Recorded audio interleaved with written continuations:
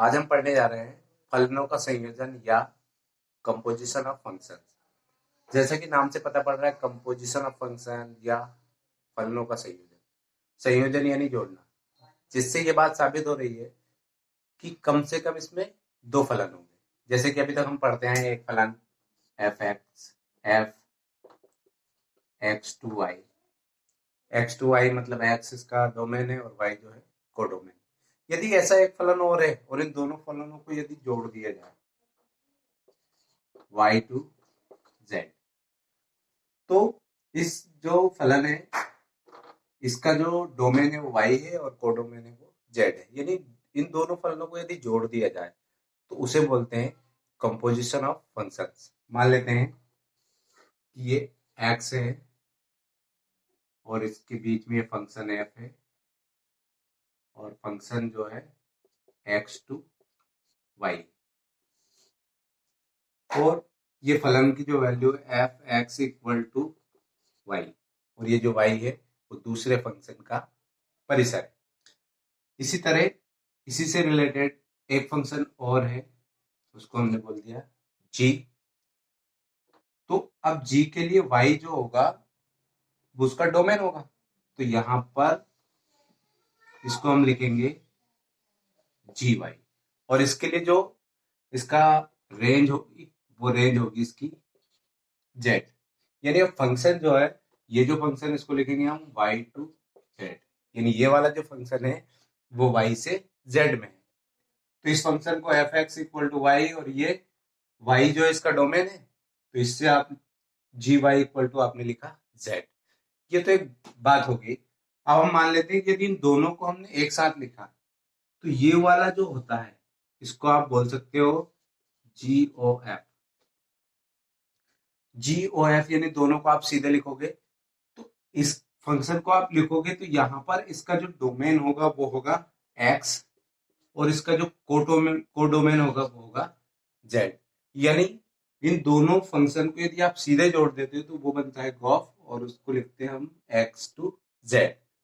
अब एक उदाहरण से हम इसको देखते हैं कि इसको कैसे जोड़ते हैं या कन्वर्ट करते हैं। मान लेते हैं थोड़ी देर के लिए कि x कक्षा 12वीं के 5 बच्चों का समुच्चय। कक्षा 12वीं के 5 बच्चे मान लेते हैं हम x, उनके नंबर 1 2 3 4 5, ये 5 बच्चे हैं। अब x से जो फंक्शन है आपने इसको चेंज करके इन्हें कुछ रोल नंबर अलॉट कर दिए। मान लो y में आपने इनके रोल नंबर अलॉट कर दिए कि पहले को 5 नंबर दिया, इसको 4 दिया, इसको 3 दिया, इसको 2 दिया और इसको 1 दिया। मान लेते हैं कि पहले बच्चों को आपने 5 नंबर अलॉट किया, यानी f1 equal to 5, f2 equal to 4, ऐसे आपने नंबर अलॉट कर दिए। यानी अब आप यहां से यहां पर आ चुके हैं।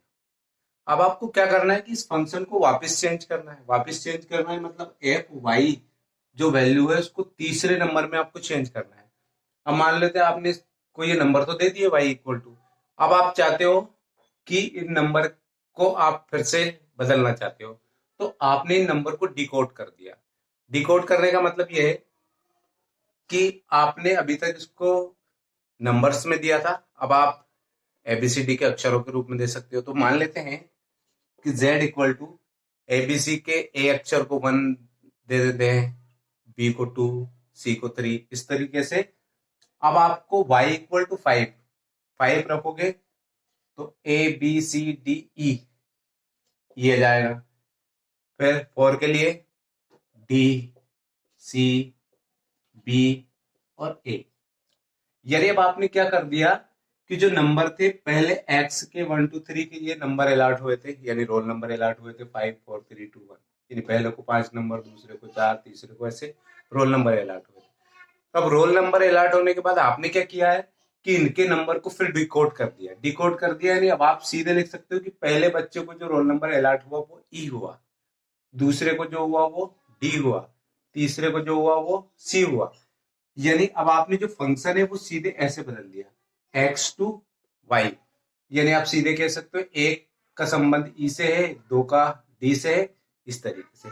तो ये जो होता है इसको बोलते हैं संयोजन of function, composition of function, यानी फलनों का संयोजन। यहाँ पे दो फलन को आपने सीधे जोड़ दिया, तो दो फलन को आप सीधे जोड़ोगे तो उसको आप लिखोगे GOF। तो यहाँ पर हमने दो फलनों को इस तरीके से जोड़ दिया है, यानी पहले फलन का जो कोडोमेन था, ये जो रेंज थी, वो दूसरे फलन का डोमेन हो जाएगा और उसकी वैल्यू आप रखोगे तो एक नया आपको डोमेन मिलेगा, नई रेंज मिलेगी। तो यहाँ पर इस फंक्शन से इसको चेंज कर दिया और एक फंक्शन है जी, उसके कारण ये GY हो गया, तो इसको लिखेंगे हम गॉफ। या आप इधर से इधर लोगे आपको, तो इसको लिखेंगे हम फॉग। कुछ उदाहरण से और समझते हैं। अब ये एक उदाहरण है हमारे सामने, इस उदाहरण से हम समझते हैं कि कैसे आप एफ और जी दोनों अलग अलग फंक्शन है, दोनों को आप ज्वाइन कर सकते हो। देख, यहां से हम देखते हैं F2 की जो वैल्यू है हमारे सामने मान लेते हैं 3 है, तो F2 equal to 3, F3 equal to 4, F4 equal to 5 और F5 इक्वल टू 9। यहाँ पर हमने ये इसका डोमेन है और ये कोडोमेन में से हमने रेंज ले ली। अब आप G पे 3 की वैल्यू देखो, G3 पे 7, मान लेते हैं कि G4 पर भी 7 ही है, G4 पर भी 7 है, G5 पर जो वैल्यू है वो 11 है और G9 पर जो वैल्यू है वो 15 है। यहाँ पर हमने ये फंक्शन की वैल्यू निकाल ली कि F2 पे क्या है, F3 पे क्या है, यानी ये y की वैल्यू है। अब ये जो वैल्यू है, अब हमें निकालना है इसका गॉफ। देखो, गॉफ निकालना है आपको, GOF गॉफ निकालना है। तो गॉफ निकालने के लिए आपको लिखना पड़ेगा GFX, G ऑफ FX। अब ये हो गया आपका G। अब FX पे x पे आप कोई सी भी वैल्यू पुट करो, जैसे x की जगह पे आपने 2 रखा तो ये यहाँ पे हो जाएगा F2, GF2। अब आप जानते हो कि इसमें से आप ढूंढो जरा कि F2 की वैल्यू कितनी है। F2 की वैल्यू क्या हो गई, 3, तो यहाँ पे आप रख दोगे 3।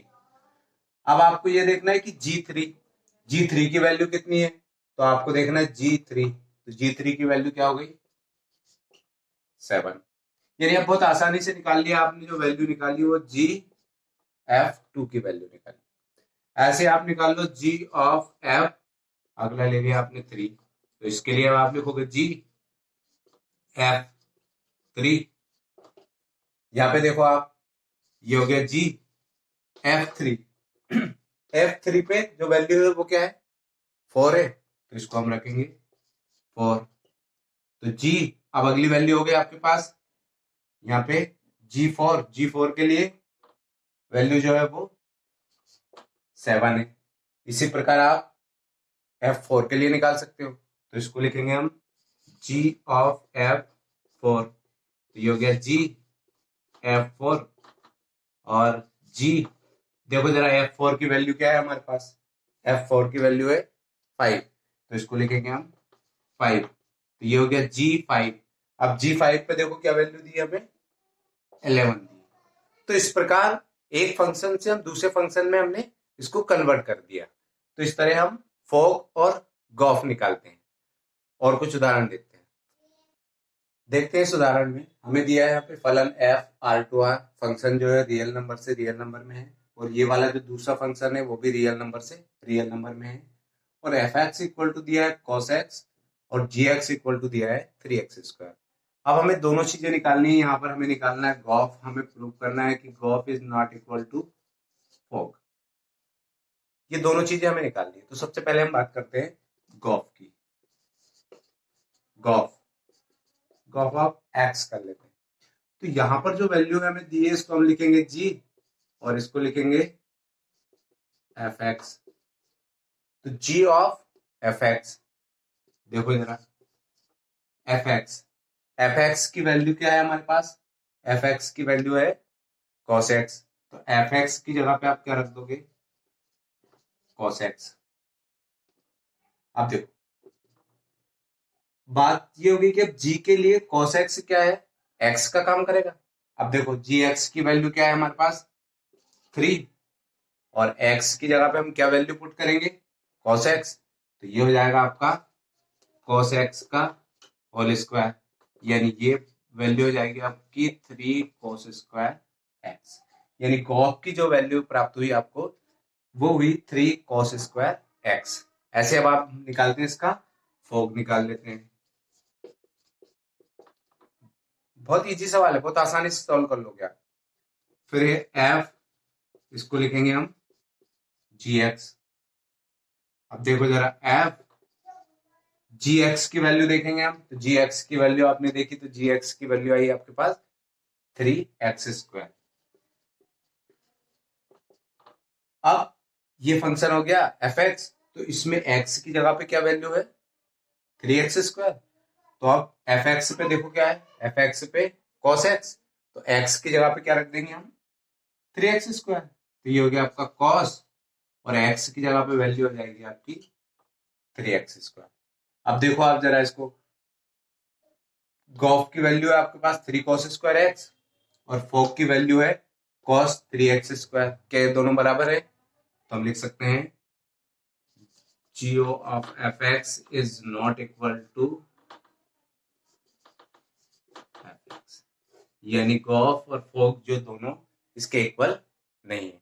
बस इसी तरीके से आपको समझना है और जो भी वैल्यू है उसको पुट करना है, और बहुत आसानी से, बहुत पूरी तरह सवाल बहुत आसानी से हो जाएंगे।